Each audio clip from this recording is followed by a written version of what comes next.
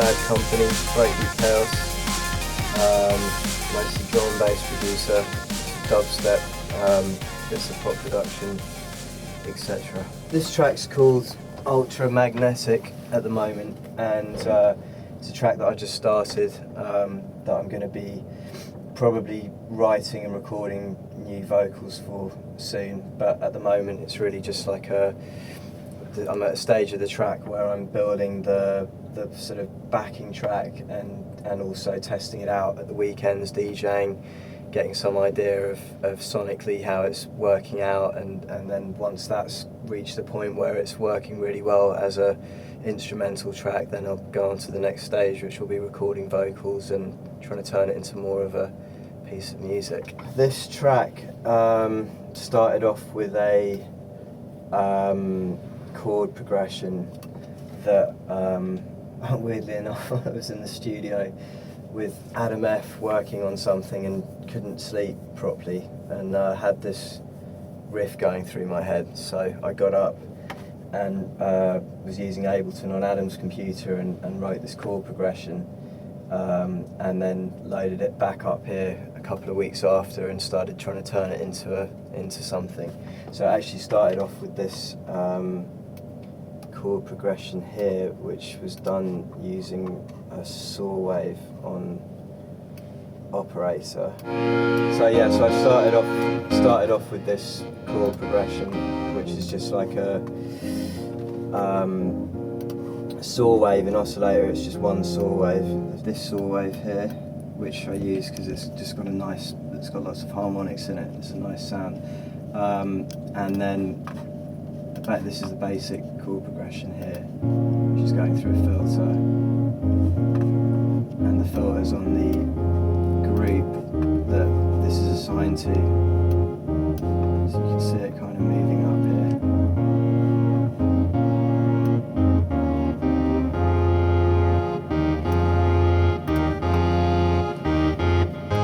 And then there's several other layers. There's another sawtooth wave being played on another operator, going through a phaser, which is that, which has got a couple of the bottom notes taken out, so it just kind of fills out the top end and gives it a bit more depth. And then there's another one here which is going through a stronger phaser. So these three are all combined together into this group here, which is just adding a little bit of 5K, and going through this filter, and then being given a bit of low end boost and a lot more 3K. So when you listen to that all together,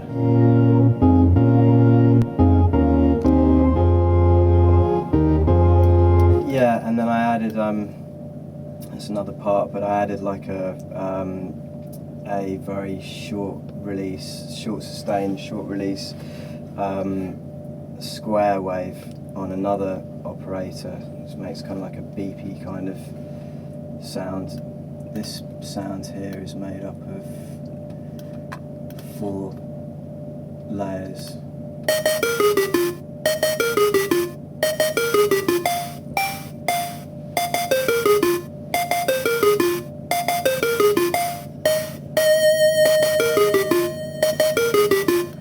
So you've got one layer which is just straightforward, just a square wave here, this one. And then for the lower notes, it's the same thing, but I've just taken some top end off it, just for an effect, really, just so that it just gives that riff a bit more depth, rather than it just being the same sound, just going over and over and over again.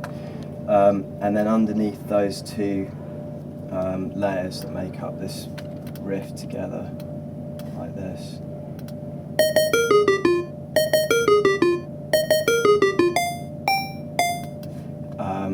There is another couple of operators which are just copies of the same tracks, but rather than playing a saw wave, they are playing a white noise generator, which has been enveloped so that it's got a very short sustain and release and zero attack, so you just get this kind of biting white noise thing. And the second half's down here.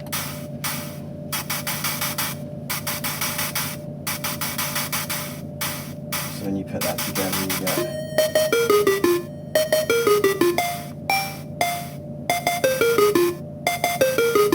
and then the sort of end notes on that riff are played with another version of the same operator with a sawtooth wave, but this one's, if you look at the envelope of it, the sustain is a lot longer, and and there's a lot of release on there as well, so that you get this kind of thing.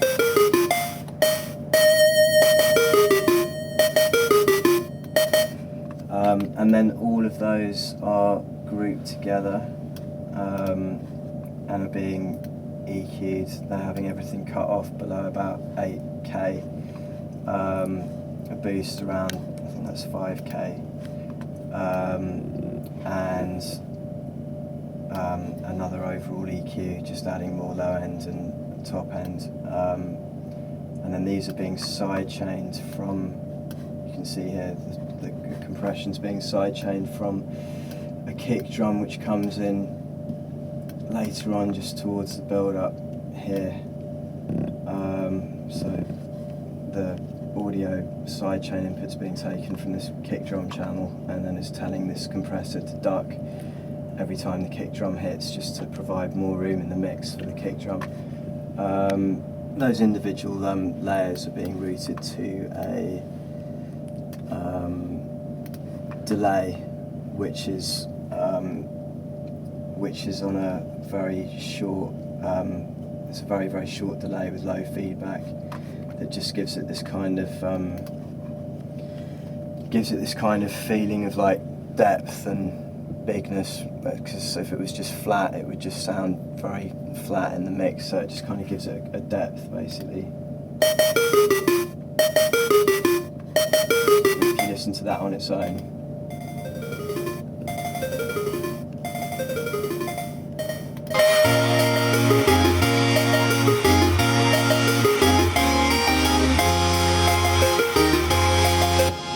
So also the the saw wave pattern, which is on this group here, is being side chained from the kick drum as well, and I believe should be being side chained from that beep. Maybe I haven't got around to doing that yet, but I tend to use side chaining a lot just to try and create more room in the mix, because I'm all about having a super loud level, and side chaining is a really good way of making space in the mix for everything to breathe. Basically the drop of the track is the first chord from this progression. The first two chords you can see there repeating, and then which is that part of that chord progression, and then it just goes up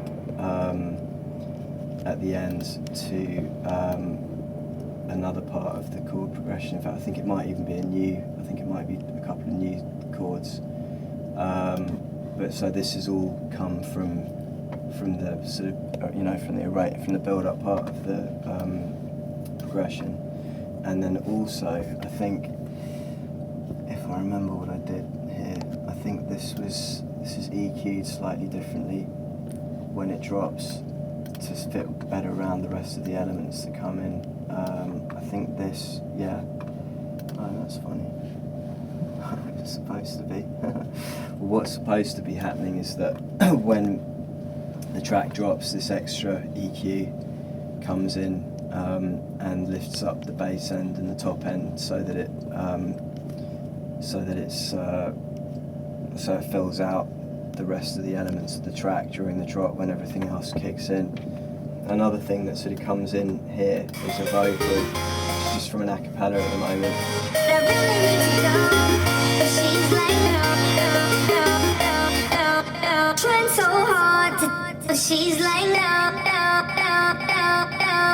thing I know. She's like no.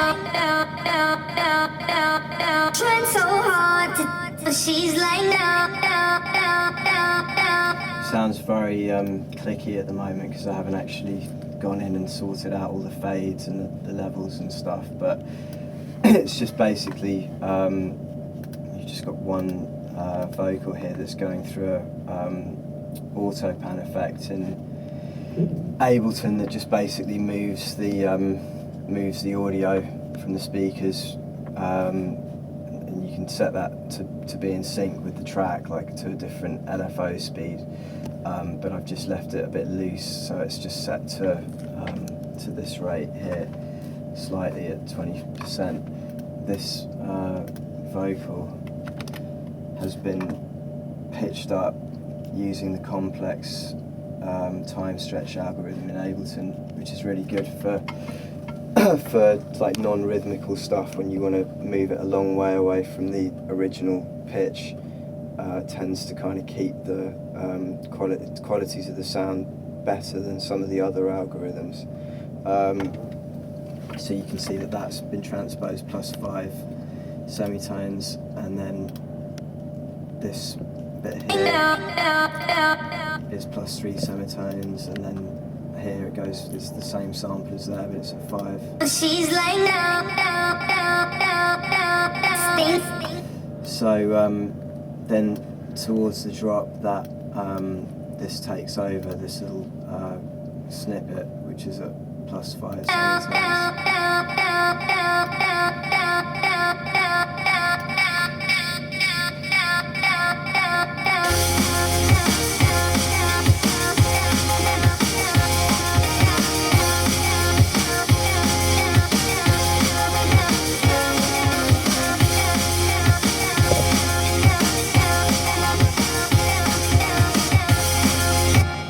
And then the other thing that happens here is the saw wave chord progression, just to basically again give it more depth and just add something to the pattern, has been copied but is going through.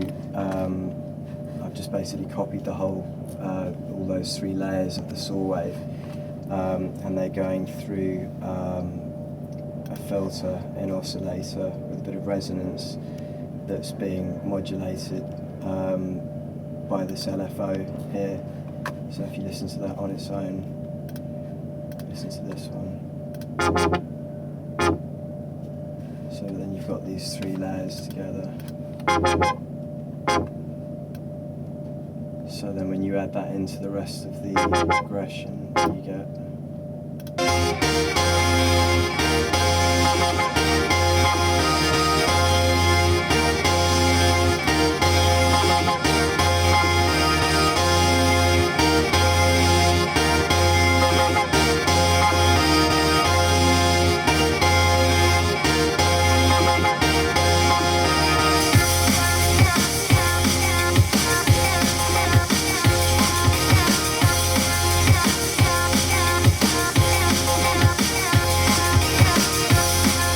and then on the bass end underneath that there's another group here which is more operators, which are just playing, I think they're both playing, one of them's playing a sine wave and the other one's playing a triangle wave, which are good waves to use for bass because they've, although they're not as heavy bass wise as a sine wave is, they've got a bit more harmonics in them, so they sound like you can tend to be able to hear them more than a sine wave, which is more of just a subtone. It doesn't really have any kind of much more to it than that.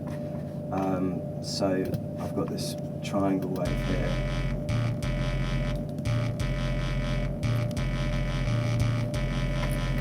And that's being slightly, the volume's being slightly modulated by this LFO here.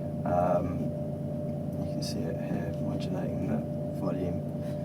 And then there's another layer which is an octave higher and is a sine wave rather than a triangle wave.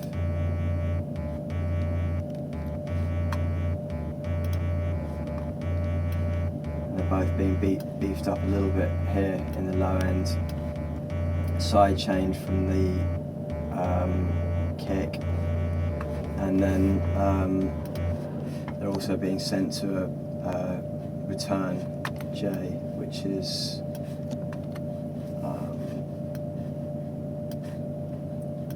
just a bit of overdrive, and has had the low end and mid-range cut below 2K and boosted quite a lot at 8K just to give it some kind of rasp, and then that's basically being added to the original signal, so when it's all played together you get this.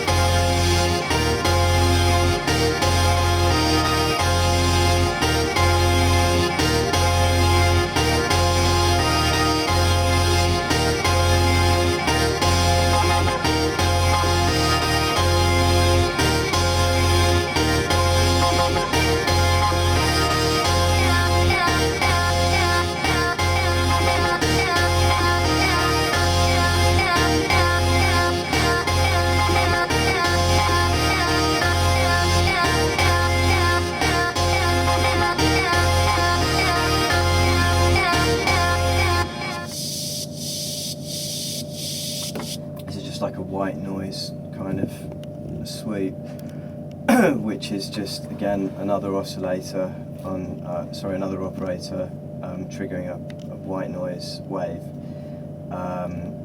going through a high pass filter with high resonance set on it, and then here it's being automated to drop from 6K to 3K, and a lot of people use these like white noise sort of generators just to pad, you know, it obviously depends on the type of track, but just to pad it out with a sort of swooshy kind of sound that you can control, and I've decided that I don't really want to take mine above about 7 or 8K because hi-hats are usually between 8 and 11K, so it's a good idea to keep the white noise below the hi-hats so that they don't mess with each other. So that's just basically going from 6.67 to 3, and is also being really heavily side-chained here, this compressor, from the snare drum, which is up here on a separate track there, number 9. So you get this kind of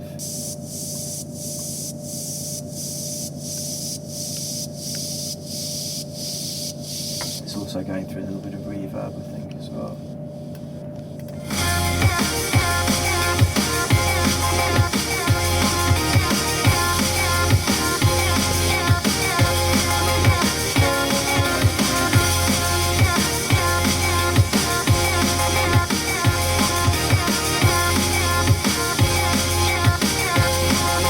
Okay, there's one thing that I remember that's a little bit more interesting, which is because the elements in this track are pretty simple. This is a Nexus plugin, which is just playing like a sort of horn sound to beef up the saw wave for the drop.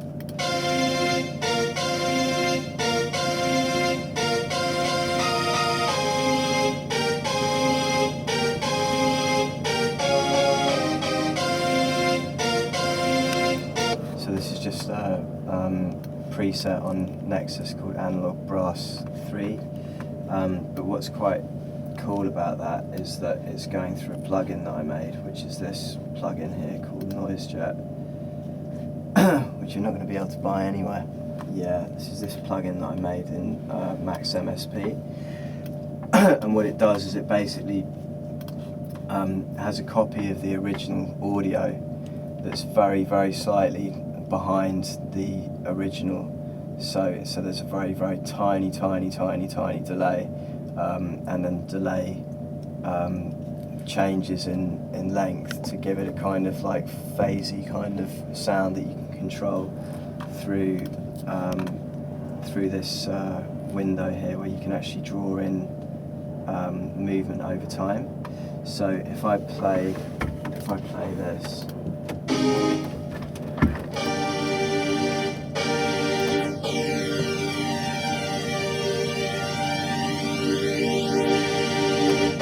can hear that going up and down, or if I set it a lot tighter.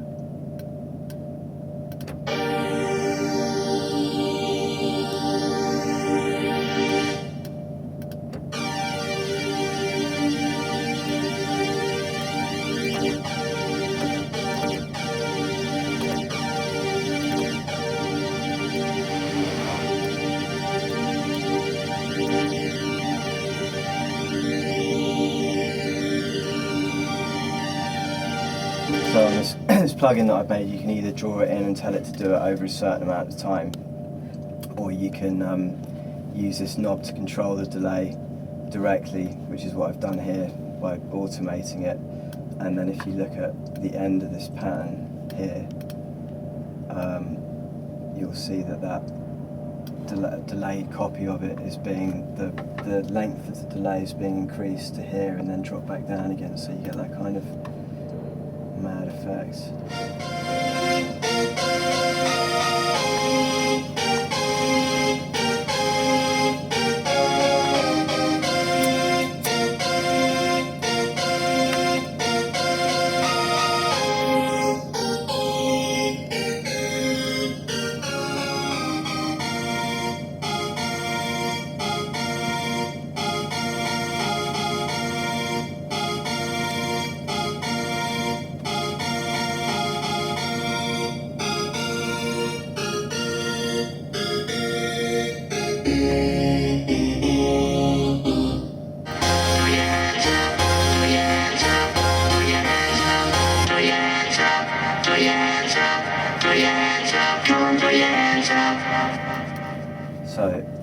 So that is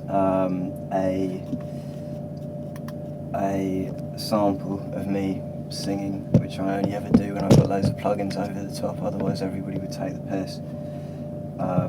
Throw your hands up, throw your hands up, throw your hands up, throw your... As you can see why I never ever sing in my own tracks now. But basically that's going through a vocoder, which is being, with the sonic input to the vocoder is coming from those same saw wave patterns, or a copy of the same saw wave patterns that I was describing earlier, that you can hear here.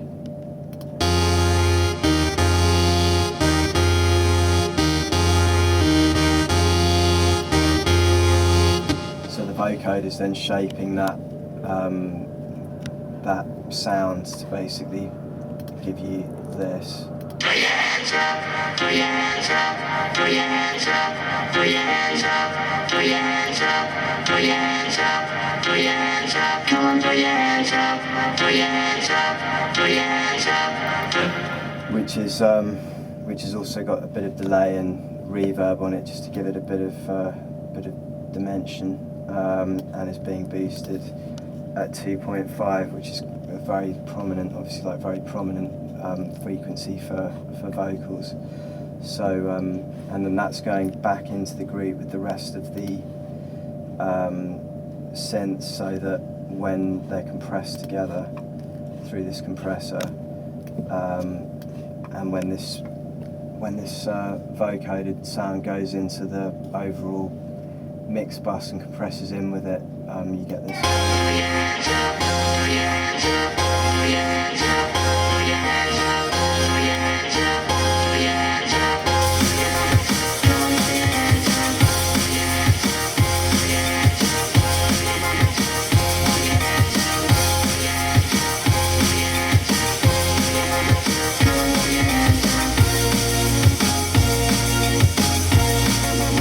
Yeah, so that's basically the all the elements that go into that main kind of pattern on the drop.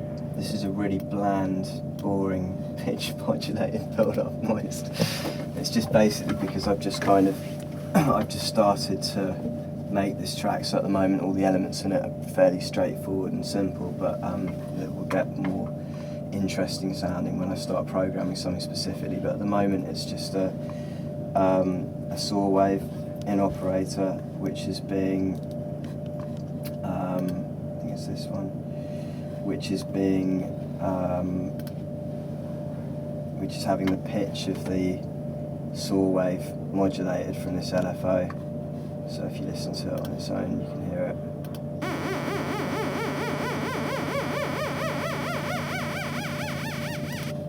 And then in here there's MIDI automation, which is pushing up the pitch of the wave. I think it's about 6 semitones. So here, somewhere. Oh no, it's not. It's a lot more than that. 17 semitones over that period, so it kind of drifts up.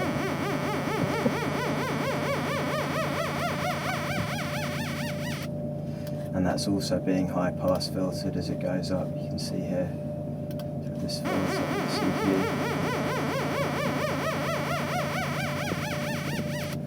And then below that there's another similar thing, which isn't being pitch modulated, but it's just like it's just going up in pitch, just a saw wave, so that when they mix together, it just fattens it up a bit.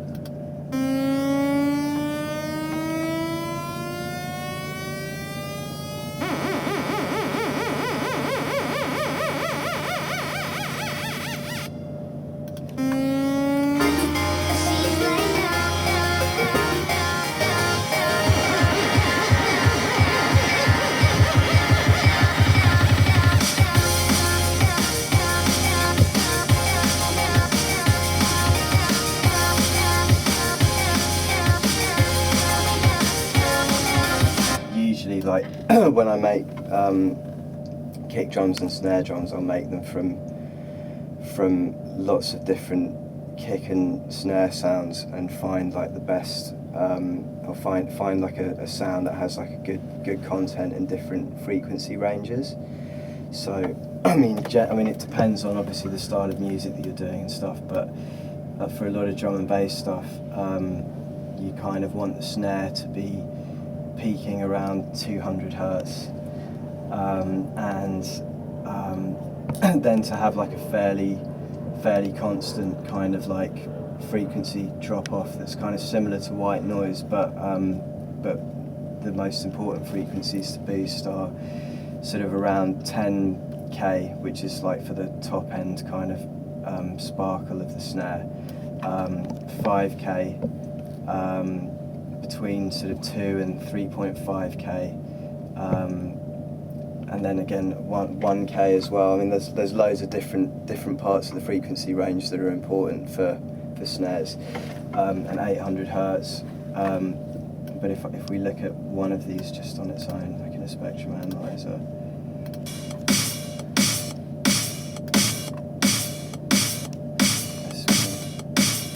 Work in progress. It's a bit ropey sounding at the moment.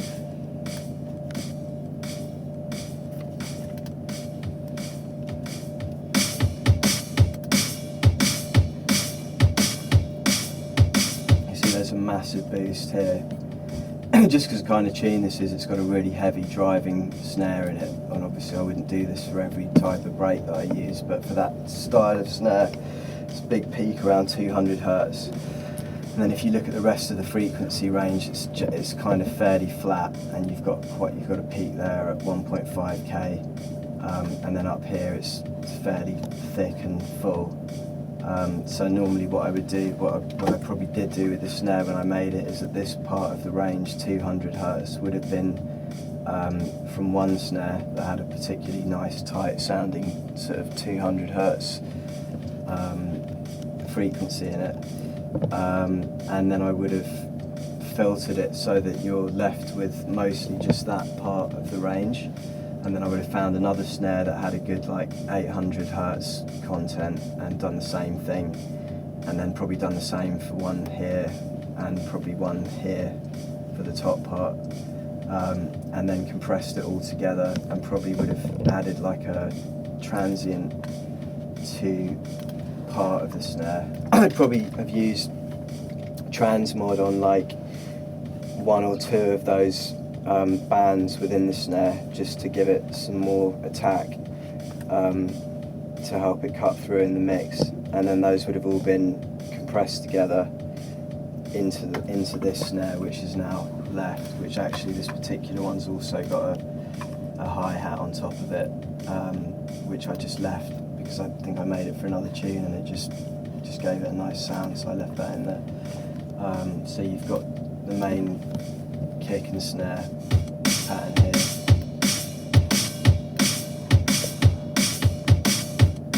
That's the kick, and again you can see that it's here it's boosting between 80 and like 120 hertz, and there's a lot of energy between 1 and 5k, but it's generally quite flat from sort of 700 hertz up to 4k, and then sort of dropping off after that. Sometimes you might want some more energy around 10k just to help it blend with the rest of the beat, but because I've got other patterns going on over the top, they're kind of providing that part of the frequency range for the break. So for example, we've got this, which I've lifted from a track that I've done with Sigma, called Lassitude, which is just like a really high pass splashy drum break that's been pre-high passed already, and then I've just looped it, and it's being added into the main groove of this break. So then you've got a crash here, which is going through a delay as well, and also a hi-hat.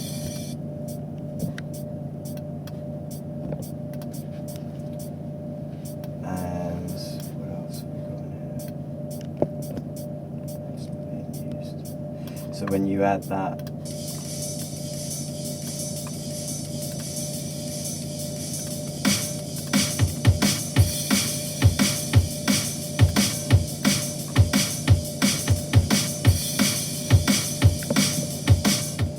and there's also just this is kind of, ideally this should really be a bit more pink noise shaped, but it's just because of the way that the mix of this tune's gone, I've ended up making it really top end heavy.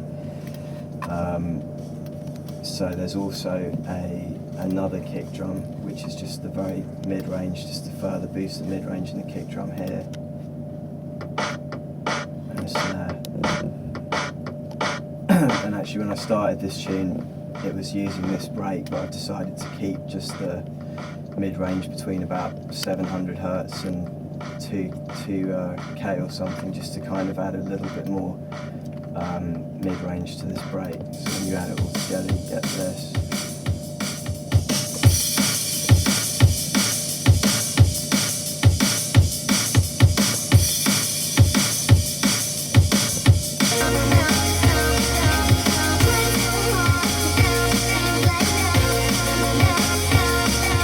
And then there's also another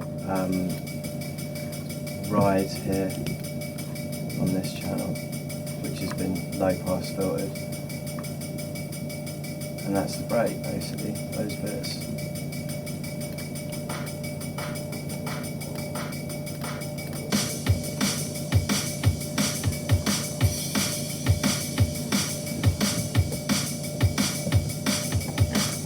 Yeah, so that's the main kind of like balls of it, which is a right fucking mess, as you can see. And basically what this does is that you can shape a kick drum sound using this envelope. You can hear the release sustain being cut there. And then if you tell it that you want the kick drum build up to start at say 17 bars, you would set this to 17. And that shows you where it is on the transport. These are, this is matrix, shows over time, so this is 1 bar after 4 bars, bar 5, bar 9, bar 13. Which one of these MIDI triggers it's triggering. So if you set this to say 2 of 1, 2 of half, 1 of 4, 1 of 8, 1 of 16, 1 of 32, and start at 17, you get this kind of thing, hopefully.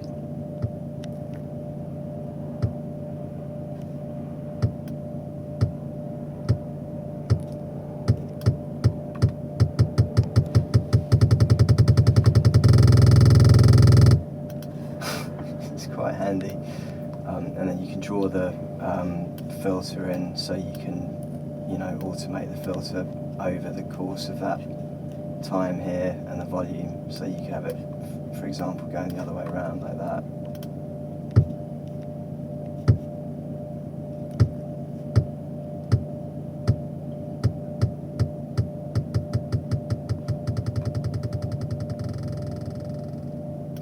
It's really handy because you don't have to normally if you did something like that in audio, you would, if you wanted to suddenly change part of that pattern, if you wanted to have 2 lots of 32s at the end, for example, you would have to copy bits of kick drum across, and you'd have to change the automation that would have been set for the volume and the filter. So this way you can just change the